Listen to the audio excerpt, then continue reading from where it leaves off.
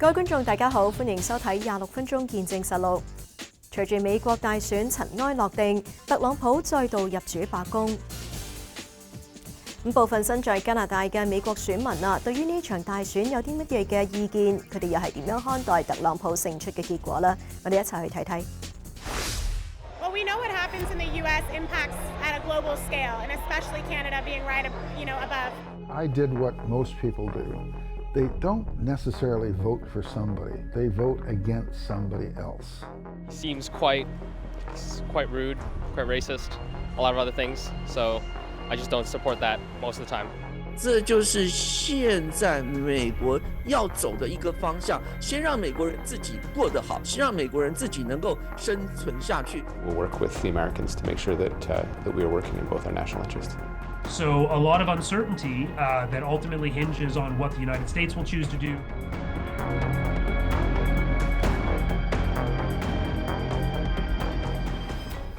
今年11月5號，美國大選開票當晚，民主黨海外組織聚集支持者喺大溫近10個地點觀看開票嘅結果。主辦者表示，加拿大有大約60萬名嘅美國公民符合投票資格，當中有大約15萬人生活喺卑斯省。Well, we know what happens in the U.S. impacts at a global scale, and especially Canada being right, above it. We need capable and stable leadership in the U.S. We need people who know what they're doing. What happens in the U.S. has a kind of domino effect in other countries. So we have people that have family and friends back home, and it's important that they keep their families safe, but also Americans abroad, Medicare, changes to Medicare at home impacts our members abroad, right? Decisions that are made in the U.S. impact our U.S. citizens, our members, but also people who live here who aren't citizens, right? 而當晚參加派對嘅唔少都係有參與投票嘅美國選民。Actually, I'm originally from California, but I've lived all across the country. I went from California to Baton Rouge, Louisiana, to Jacksonville, Florida in the 90s, and made my way to Nevada, and that's where I come from now. I'm in the midst of getting legal aid here again. My wife is Canadian, so I have a place in Washington, which is where I voted today. 佢直言今次嘅總統選舉，佢將選票投咗俾民主黨總統候選人賀錦麗，而自己最關心嘅議題係槍械管制。The conservative side has some really bad people in it, and there is concern that will impact everybody's life, and that's a problem. I mean, we're talking about, we're talking about people getting hurt and killed, and it's a big concern. We have too many guns down there, too many long guns, too many machine guns available to everybody, and most of it is owned by Republicans. 此外，亦都有本地人表示自己雖然唔係美國公民，並冇當地嘅選舉權，但係自己有好多親戚朋友都喺美國，而佢哋都十分反對特朗普嘅政治理念。I'm here tonight because human rights and reproductive freedoms have been really important to me, like ever since I was a little girl. That's something that I've even been going to Ottawa, Parliament Hill, marching to make sure that we keep those freedoms here in Canada. And I've been so scared and so concerned for my sisters and my friends in America that I can't even sleep at night. Women are dying, and that impacts my life as well, because I look at these people as sisters. So I'm here tonight and expressing solidarity with women, with people of color that are experiencing horrifying racism. These things really impact my life. 而喺開票當晚，共和黨總統候選人特朗普一路領先，令到參加派對嘅民主黨支持者大跌眼鏡。當晚西岸時間10點左右，參與派對嘅民主黨支持者紛紛憤然離開，令到現場顯得十分冷清。而 Natasha 亦都表示冇辦法接受今次嘅選舉結果。I'm very disappointed thus far in the results. It feels like I'm having flashbacks from when Hillary was running, when we were all so sure that she was going to win. I felt like we were all so sure that Kamala was going to take this. Like, who would vote him in again after what he did? How is this person going to win over Kamala Harris? This smart, this brave, this passionate lawyer, this vice president. So I'm devastated right now, but I don't give in. I don't think this is the end. 不過事實並冇出現逆轉，特朗普喺11月6號嘅凌晨確定橫掃7大搖擺州份，以壓倒性優勢鎖定勝局。而其後，特朗普宣布喺2024年總統選舉之中獲勝。Many people have told me that God spared my life for a reason.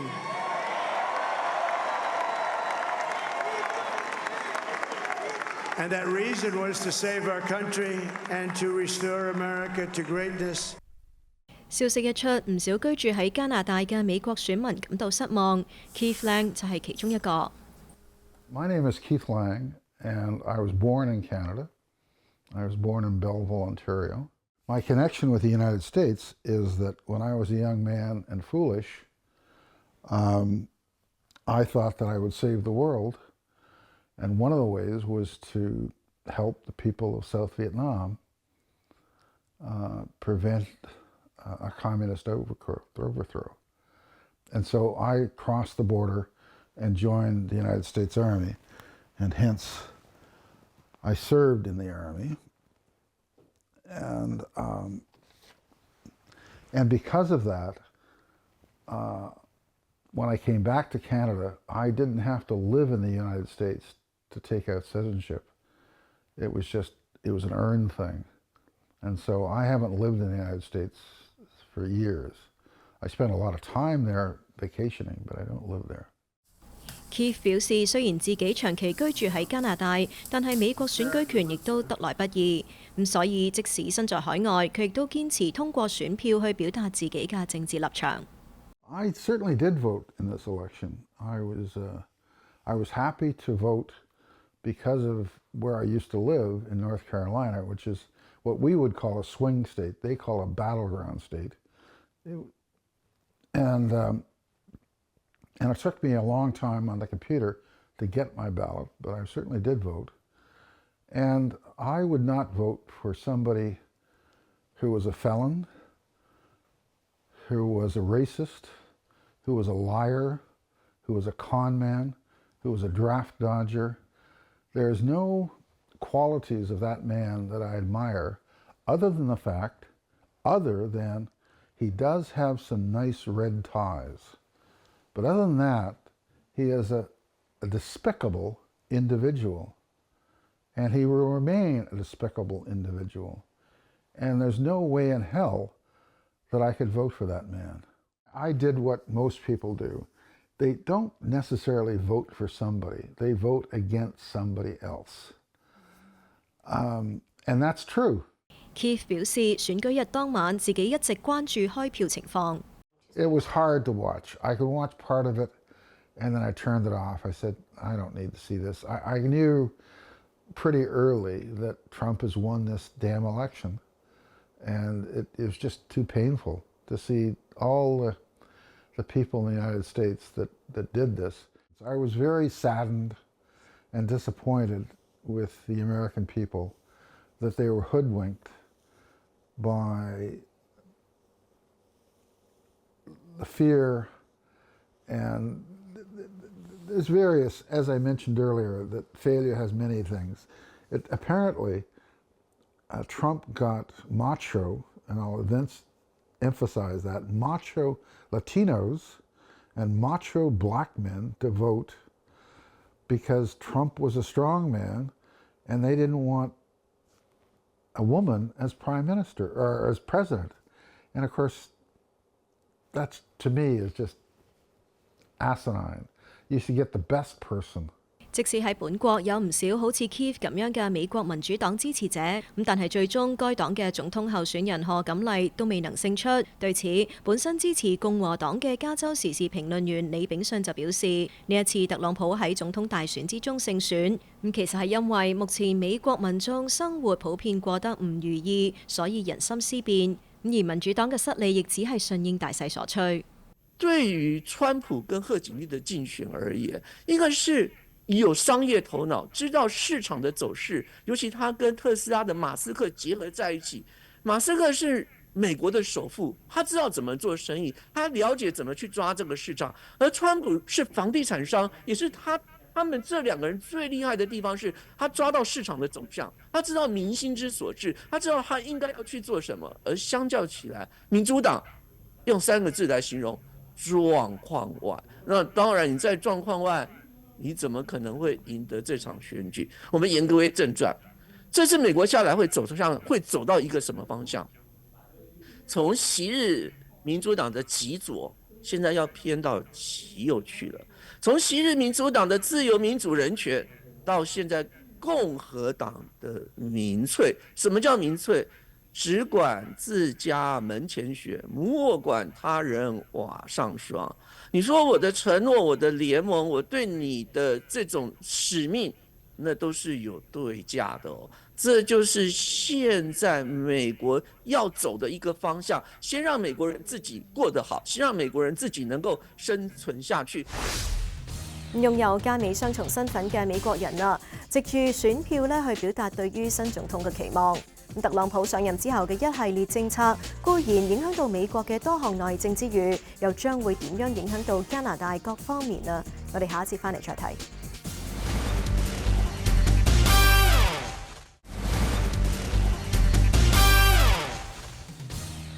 歡迎翻嚟節目時間。呢一次嘅美國大選之中，特朗普以成功橫掃7大搖擺州份嘅姿態，重新奪回總統寶座。特朗普上台之後啊，佢嘅政策將會點樣影響到加拿大嘅經濟同埋其他領域呢？我哋一齊睇睇。美國同加拿大關係緊密，唇齒相依，而後任總統特朗普嘅政治理念就引發咗唔少加拿大人嘅擔憂。對此，維多利亞大學國際關係學副教授 Wilfred Grease 就表示，的確係有部分加拿大人未來可能面對挑戰。That I think Canadians will experience is there's obviously a lot of information that connects people on the right of the political spectrum in the United States with people on the right of the political spectrum in Canada. There's a lot of common news sources, there's a lot of shared influences, and a lot of similar role models, including Mr. Trump himself. And so I think that people on the political right, and particularly the far right in Canada, are likely to be emboldened by the Trump administration in the United States, and will in many ways be encouraged to test out different norms and practices in Canada in line with what is happening in the United States. So, for example, if we see an increase in racist practices and rhetoric coming from the United States government under a Trump administration, directed at people of color, directed at migrants, directed at ethnic minorities, at sexual minorities and gender minorities, I think it's likely that all of that will produce a similar kind of increase in Canada. 佢直言特朗普上台之後，預料本國境內嘅種族主義現象將會有顯著上升嘅趨勢，並且強調咁樣並非係冇根據，而係有跡可尋。We saw this during the pandemic. We saw this in terms of racist hate directed towards Asian people, both in Canada and the United States, as a result of then President Trump's discussion of the COVID virus as being, the China virus and the China flu, and all of this kind of rhetoric that served to inflame, hostility towards Asian populations.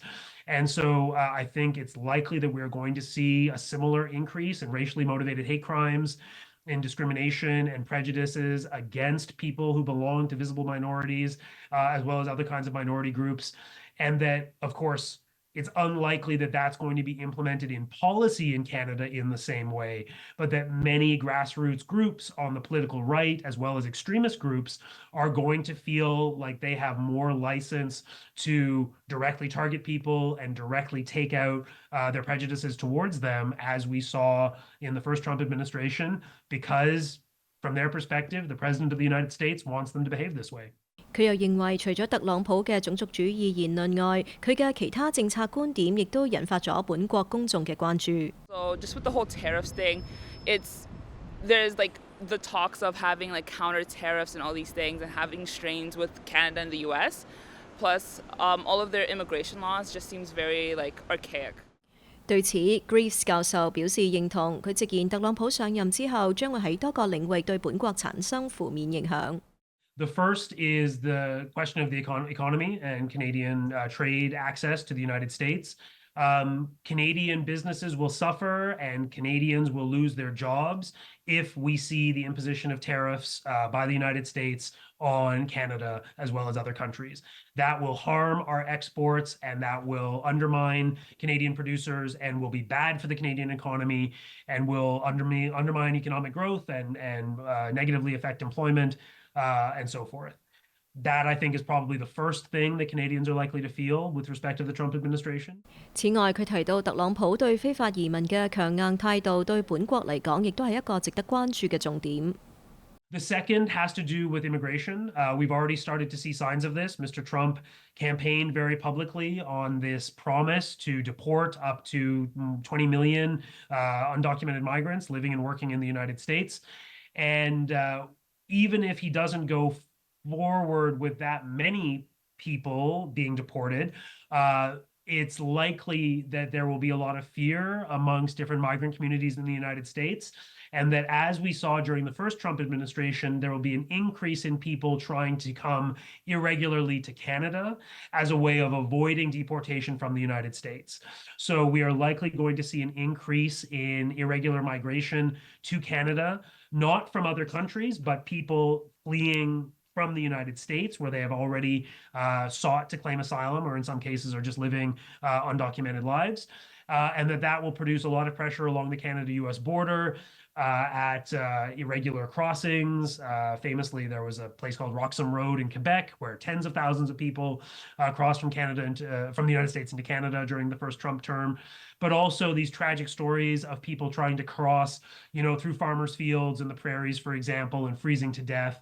We're likely going to see an increased human suffering and loss of life, but also an increase in people coming to Canada and claiming asylum, trying to claim or just live undocumented in Canada.